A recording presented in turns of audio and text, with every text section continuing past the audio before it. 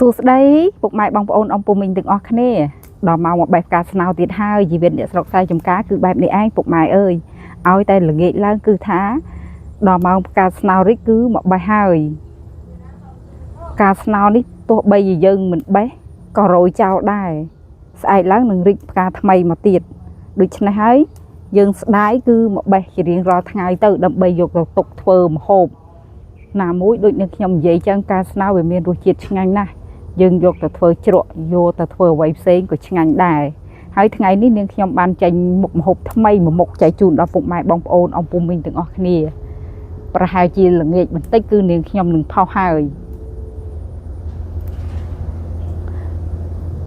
ពេលខ្លះអត់ត្រឹមសរសើរជាមួយនឹងធម្មជាតិមិនបានទេពុកម៉ែបងប្អូននិយាយទៅធម្មជាតិបើយើងមិនកាប់ដើមបំផ្លាញវាទេគឺថាវាមានផ្កាមានផ្លែ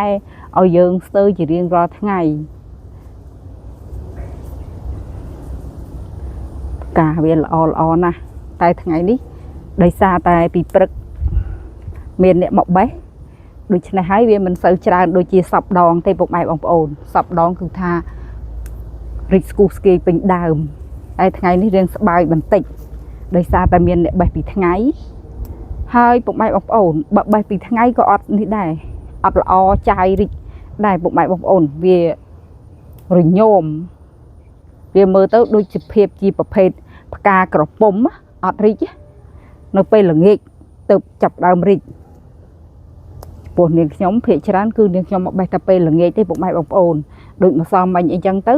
នាងខ្ញុំបេះរួចមានបងស្រីគាត់មកសុំចឹងទៅនាងខ្ញុំក៏ឲ្យគាត់ទៅហើយមានពុកម៉ែបងប្អូនយើងនៅក្នុងเพจភាគច្រើន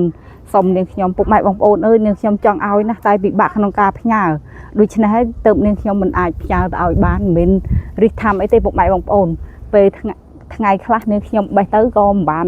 យកទៅហូបដែរបេះហើយមានអ្នកសុំនាងខ្ញុំឲ្យភ្លាមតែប្រហែលជាបេះយកទៅធ្វើជ្រក់ទីឲ្យពុកម៉ែបងប្អូនប៉ុន្តែអត់បានធ្វើថ្ងៃនេះឲ្យប្រហែលជាធ្វើស្អែកពុកម៉ែបងប្អូនសារតែជ្រក់ថ្ងៃមុនគឺថាអស់ទៅហើយត្រូវមាត់ពេកអស់លីងមកណែផ្កានឹងគេបេះពីព្រឹកម្ដងហើយនៅតែផ្កាចាយច្រើនពុកម៉ែបងប្អូនបើសិនបើគេមិនតន់បេះគឺថាចាយកាន់តែច្រើនមែនទេ